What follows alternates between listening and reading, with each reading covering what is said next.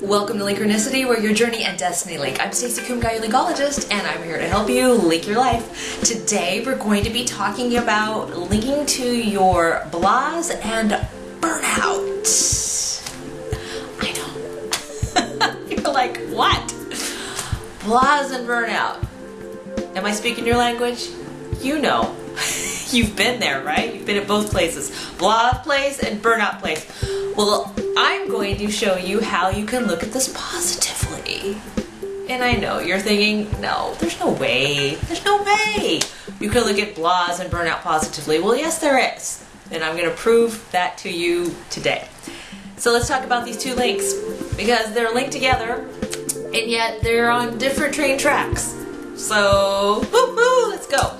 Okay, you're linking to your blahs. Now, blahs for a lot of people mean I'm in a rut, I have complacency, I have hit a wall, I'm feeling meh, numb, right? You're feeling blah. Blahs aren't necessarily a negative thing. Sometimes blahs are for purpose. They're for purpose, and they're meant to light a fire under your tail so you can get out of your rut, your complacency, your everyday treadmill place. Yeah. And I know when you're feeling blah, you're like, well, how can I even find that new thing, that new spark to create something new? Well, let me tell you why this is purposeful. And it's actually connected to your burnout phase. Now, if you're feeling burned out, there's a couple reasons for that. One, you could have just completely expended yourself because you didn't do any self-care to refortify that empty tank syndrome that I keep talking about. You didn't slow down enough to be able to do that and fill it. Well, okay, that's fault number one.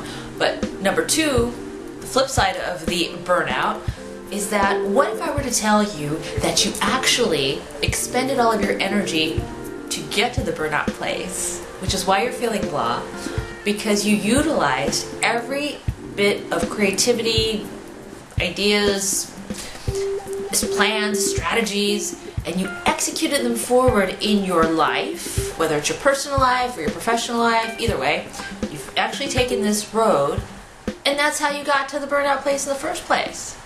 Okay, so maybe you did all the self-care, and maybe you did all of the healthy things, the sleep and everything like that, to where you're feeling completely expended.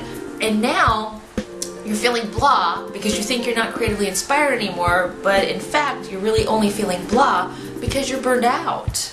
You used all of this energy and you were productive. Yeah, you were productive. But here's the thing. The reason why you're feeling both of these things on both ends of the spectrum is because we don't give ourselves enough credit for the journey process of what we do as we're doing it, because we're too busy doing it to see it, to be being in it, to see it, to appreciate it. Did you follow? Are you with me? Did I lose you? Yeah, okay. Sitting and reflecting on your progress of how you got to burnout and why you got to Blahville is because you didn't realize you were busy doing. And that's sometimes a beautiful thing to celebrate. We don't celebrate that enough. We don't look at all of the things that we did. We look at all the things like, oh, I still didn't get this done, or I still didn't get that done, and my to-do list is this long, and I didn't accomplish that, and I really didn't do much today. But we don't give ourselves enough credit for what we do end up doing to get to the blah and burnout place. Now, if we take this blah and burnout place and we reunite it with all of the collective energy that's in the inner circle of what you've expended to create, manifest, develop, fortify, expend, give, share, right? Inform, educate, inspire, entertain, however you've been giving and doing, we can then understand that the blah and the burnout place isn't necessarily a negative thing. It's actually showing you what you did do. And that's how we turn that around.